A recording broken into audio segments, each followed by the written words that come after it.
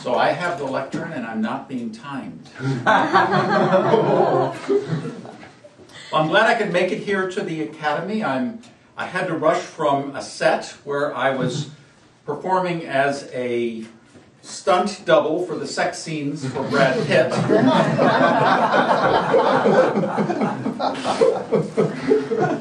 Seriously, folks. Let's not talk about my matinee idleness.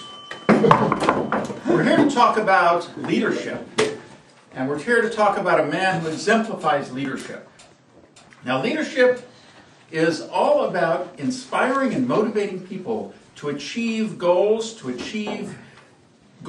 people didn't think that they could, to allow people and groups to achieve greatness, to go farther than they thought they could. That's what this leader, who is receiving the award today, has achieved.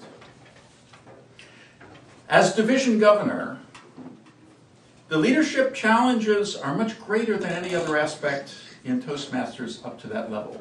Because beneath the division are the areas, and beneath the areas are the clubs. Now, being a club leader is challenging enough, and yet, as a club leader, we are so much in touch with the club that if something needs to be done, and it isn't being done, the leader can just step in and do it, even if it isn't theirs. As an area governor, that presents some challenges, but an area governor still gets to have direct contact with all of the clubs. As a division governor, the job of a leader is to inspire your area governors to be so effective in their role that they inspire the clubs to achieve excellence and greatness. And this is recognized by the district by having a division be recognized as either distinguished, select distinguished, or president's distinguished. And this past Toastmaster year, Division A, the division in which our leader being recognized today, has achieved the rank of president's distinguished, the highest level that a division can possibly achieve. And he has achieved that through his leadership, through his inspiration, and through his greatness as a Toastmaster. So it gives me great pleasure to award Distinguished Division to Division A Governor Art Testani.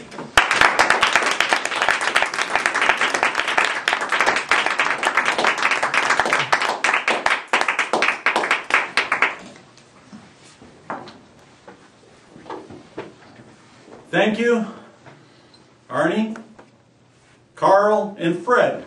Each of you inspired me to hold this office, and each of you encouraged me to step out of the box as I grew within the Toastmaster family and the Toastmaster community. So I'd like to take special recognition for the role that each of you played and say thank you for that.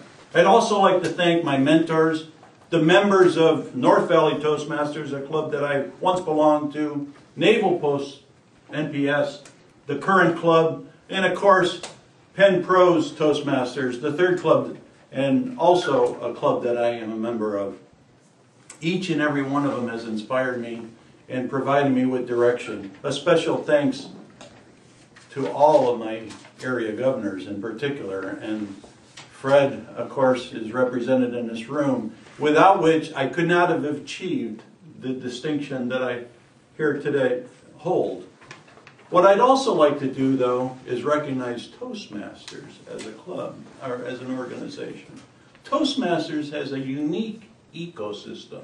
And what do I mean by that? It's a complete system that's of support in which you can grow and nurture and learn to become not just a speaker, which of course was our primary goal when we first heard of Toastmasters, but also a leader and a giver, and a philosophy of giving back once you've achieved it. When I started down the path of Toastmasters, it was all about me.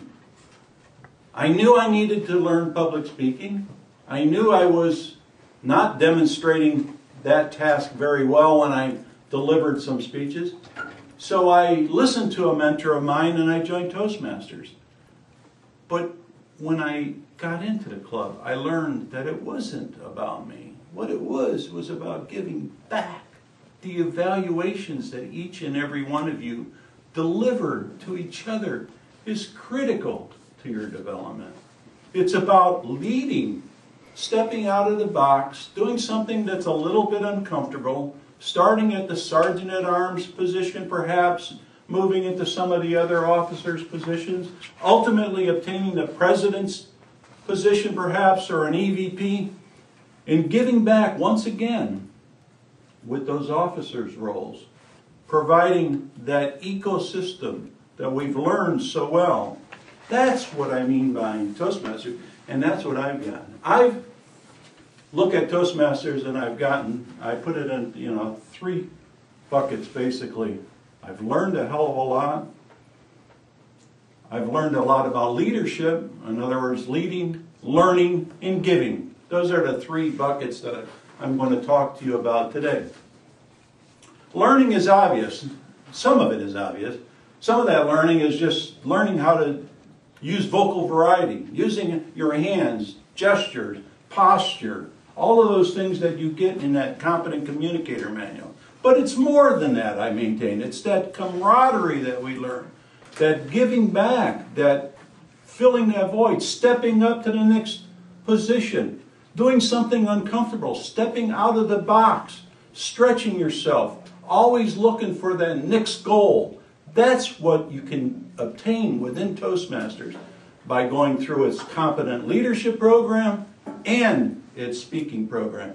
And I would encourage each and every one of you to do it. I'm a strong believer in it. I've been a Toastmaster now since 1991. And when I started on that path, I thought 1 to 2 years of getting that basic manual out of the way and I'd be comfortable. Well, I've learned a lot more, as I hope I'm sharing with you today. When I say that I've learned more than just that, where else can I learn something about submarining on one moment and money laundering the next? No place, no environment do you get that experience. And so I just think it's a wonderful opportunity for each and every one to learn, to lead, and to give. And with that, I want to once again say thank you, Toastmasters. Thank you for this recognition. Thank you to all of you for being the members that each and every one has demonstrated in this club, and for each and every one of you stepping up and filling that role when called upon to do so.